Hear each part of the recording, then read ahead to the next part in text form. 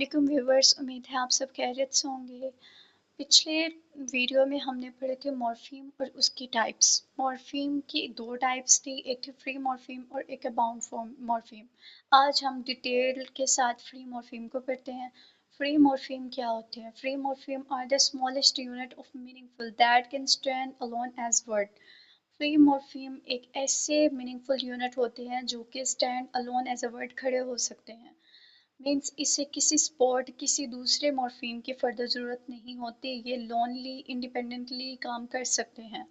Like bound morpheme में मतलब हमें ज़रूरत होती है उसके साथ प्रीफिक्सेस सुफिक्सेस या इनफिक्सेस अटैच होते हैं, लेकिन जो फ्री मॉर्फीम है वो कंप्लीट वर्ड होता है, स्टैंड अलोन कर सकते हैं, उसे किसी फर्दर मॉर्फीम की ज़रूरत नहीं होती।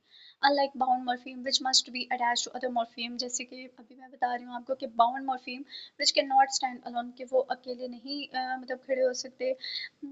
टू कन्वे मीनिंग्स, अपने मीनिंग्स फराहम करने के लिए वो दूसरे मॉर्फीम के साथ अटैच होते हैं। Free morpheme do not need to be connected to any other morpheme.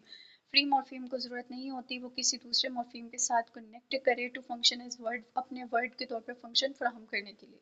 So free morpheme एक ऐसा यूनिट है जो कि स्टैंड अलोन कर सकता है एज अ वर्ड। उसके बाद हम इसकी टाइप्स के बारे में आते हैं।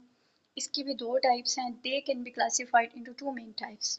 सबसे पहले है इसकी एक है लेक्सिकल कंटेंट मॉर्फीम, दूसरी है functional grammatical morpheme.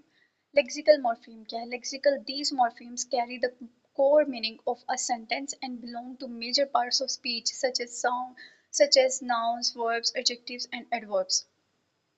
Lexical morpheme क्या होते हैं? ये एक सेंटेंस का ऐसा मीनिंग फराहम करते हैं जो कि मेजर पार्ट्स ऑफ स्पीच से बिलोंग करता है, जैसे कि नाउन्स, वर्ब्स, एडजेक्टिव्स और एडवर्ब्स। अब इसकी एग्जांपल में आ जाते हैं। Book, run. बुक क्या हो गया? नाउन हो गया। रन हो गया, वर्ब हो गया। हैप्पी, क्विकली, एडवर्ब हो गया। लाइक इस तरह के इसमें मीनिंग आते हैं, इसमें कंटेंट आते हैं जो कि हमारे ग्रामेटिकल वे से डिफरेंट होते हैं।